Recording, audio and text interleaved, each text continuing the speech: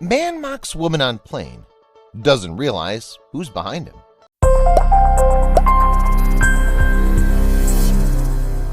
She was trying to fight back the tears, but she just couldn't take it anymore. She couldn't handle it anymore. She looked away and out of the nearby window and tried to calm herself down. But then she heard someone. She turned back to look and saw him standing there, taking her abuser down a notch. What she didn't realize is that this man was itching to make a move. Savannah Phillips felt that she was a passionate woman. She worked hard both in her job and as a mother. Even with all the effort she put into her life, she always felt something in the back of her mind that always said she wasn't good enough. Whenever she could, Savannah would book a plane seat that had no flyers next to her. Unfortunately for her, today the plane was filled to capacity. She began to feel nervousness overcome her. She tried to breathe, but she never knew what would happen on the plane. Savannah had been battling with her weight for most of her life. Because of her weight, she'd heard it all. A lot of people were heartless and some were just ignorant. Whether intentional or not, it definitely affected her self-esteem. America's population is no stranger to being overweight. It's been a problem for a while now. But a recent development is body shaming. This doesn't help the problem or motivate someone to lose weight. Savannah knew this and had always been sensitive about it, even though she tried to have thicker skin. Savannah didn't fly out of pleasure, she flew out of necessity. She went on many business trips and had to get on them to travel. Even though she hated the cramped cabin, she just had to endure it. She'd found a solution to her flying problem. She would book the seats around her so there wouldn't be anyone around her and she'd be more comfortable and less claustrophobic. Savannah had already booked her ticket and they had said it was full, but she couldn't help but try again. She got to the gate and asked the check-in assistant if there hadn't been any cancellations. She simply shook her head. Savannah would have to board the packed plane without a spare seat. Savannah's experience with packed planes was never a good one. She looked at the check-in assistant and tried reasoning with them, but she looked at her and said it was just impossible with the number of passengers on the plane. As Savannah made her way to the plane, she could see all the passengers on either side of her. She already felt like they were eyes on her. She didn't appreciate it and could feel her anxiety slowly rising. She just looked down at her feet and kept repeating, "It'll all be over soon." But she couldn't shake the horrible feeling in her gut. Her instincts told her something would happen. Savannah was now boarding the plane. Seeing the jam-packed cabin, she tried breathing and as calmly as she could make her way to her seat. She got to where her seat was, but it was a window seat, and there was a man sitting in the aisle seat of the row. When he saw her waiting, he rolled his eyes and stood up to let her pass. When she shuffled past, he let out a loud sigh, which made all the calming exercises that she had tried redundant. The man sitting next to Savannah was an elderly man wearing bright sunglasses. To say he didn't like overweight people was putting it lightly, and he wanted her to show exactly how he felt about her. He started typing something on his phone. After he'd typed out his message, he set his screen's brightness to full and set his text size to the biggest it could be. He wanted this message to be clear. After it was finished, he moved the screen towards Savannah so she could see it. But what he didn't account for was that the man sitting directly behind him could see everything. Savannah was always a helpful person. When she saw the man moving his phone towards her, she asked what he was doing. He said that it was so he could see his screen better. But he was lying and kept putting the finishing touches on his message. But when Savannah saw what he had typed out on his phone, it took her by surprise.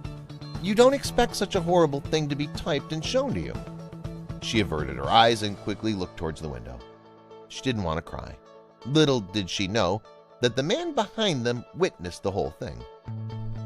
It was now clear why the man had played with these settings on his phone until she could see it clearly.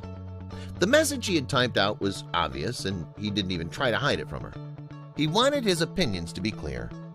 She felt like she was back in high school being teased all over again.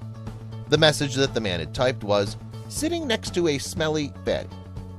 Savannah couldn't take it, but she was unaware that her protector was so close. The old man received a sudden, vigorous tap on the shoulder. As he turned around, he said, "I need to speak to you. Now." Startled, he rose and followed the young gentleman down the aisle. Angry, Chase Irwin spoke firmly. "We're switching seats now," he ordered. Taken back by his confrontation, the old man cowardly agreed. Sitting back down, Chase addressed the tearful Savannah. Then he really became a hero to many. On the plane ride, Savannah and Chase began to talk.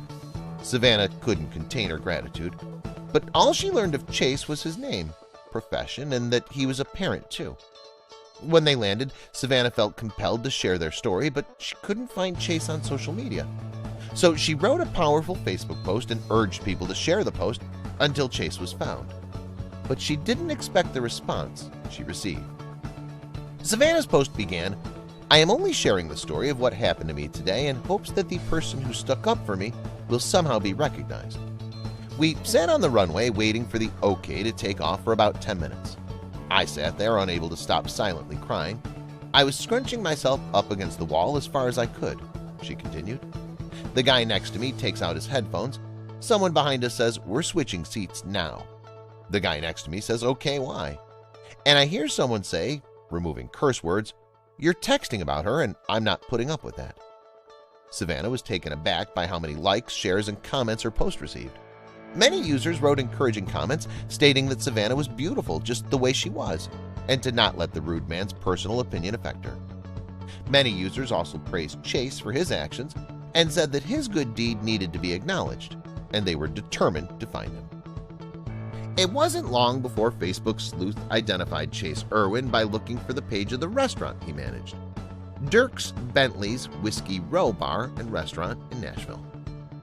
Soon, people who had read Savannah's heartbreaking story began to flood the restaurant's page with well wishes and praise for the hero Chase. And it wasn't long before the media caught wind of the story. Chase said in an interview with News Channel 5 that he had not approached the stranger and intervened for the publicity. When he saw the text that Savannah's rude seatmate was writing, something inside of him snapped. "I was going to wait until the end of the flight to say something, but I could not have this guy sit next to her the whole flight and her thinking he's making fun of her," Chase said. "It really gets to me deep down when I see someone crying, and when I saw her crying, it really hit me hard, and I actually got sick to my stomach." Chase had been paying attention to the situation from the start. He sensed that a situation would unfold as the elderly man was excessively rude to her. As soon as he'd seen the text, Chase knew he couldn't let this old man get away with hurting another person so badly. But he had no idea how much of a difference his act of kindness would make. The rude man had written, "Hey babe, sitting next to a smelly fatty. She's overflowing onto my armrest. I think I'm going to be sick." Chase couldn't believe what he was seeing. "I began noticing her wiping tears and my heart sank," Chase confessed in an interview with Inside Edition. He knew he had to do something. He took a short video of the man on Snapchat and wrote, "This guy, probably mid-50s, just texted his wife that he's sitting next to a smelly fatty and was about to vomit. I watched her read his text and is now looking sad." Deliberating over whether he should confront the man right then and there, he added, "Should I just say something when landing?"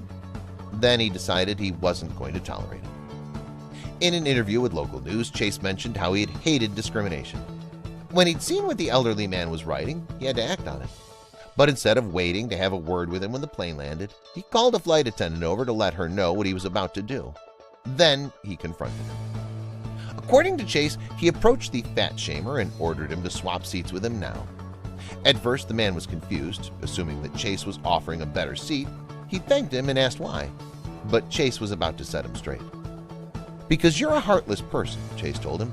"I read your text, and the girl next to you, crying, also read your text. And you should really take into consideration other people's feelings." That certainly kept the old guy quiet. Then, before the rude man could say anything else, he sat down next to Savannah. "He encouraged me not to let that guy get to me, and that everything was going to be fine," Savannah recalled. He said he happened to see the guy's text messages, and he started shaking. He was so mad, and he knew he had to do something. He stopped the flight attendant and told her what he was about to do. Savannah's Facebook post garnered over 7,000 comments and 1,300 shares. And when Chase was located by his Facebook fans, he was inundated with messages thanking him. Posting a story about the incident to Facebook, Dirk's Whiskey Row said it was so proud to share the story about Chase. "Thank you to everyone who's messaged us regarding the story," the company said. "It's warmed the heart of our entire team." But how does Savannah feel now? "I would like to add that I do forgive him," Savannah said in an interview. I've said lots of things in my life that I shouldn't have, just like everyone else. If I hated him, I would not be any different, and it's vital to respond with love. Only love brings change in the world. Savannah said that neither she nor Chase have spoken with the man again. She doesn't even know who he is. And I really don't want to know. I don't want this story to be about him. My goal was for it to be about Chase and how we should all be brave like he was and stand up for others. Thanks to Chase's kindness and Savannah's post, they helped raise awareness for the victims of body shaming, an issue which has now been brought to the forefront of people's consciousness. Body shaming is an abhorrent practice that should be stopped. Chase will always remain a true hero in Savannah's eyes, as well as many others, we're sure.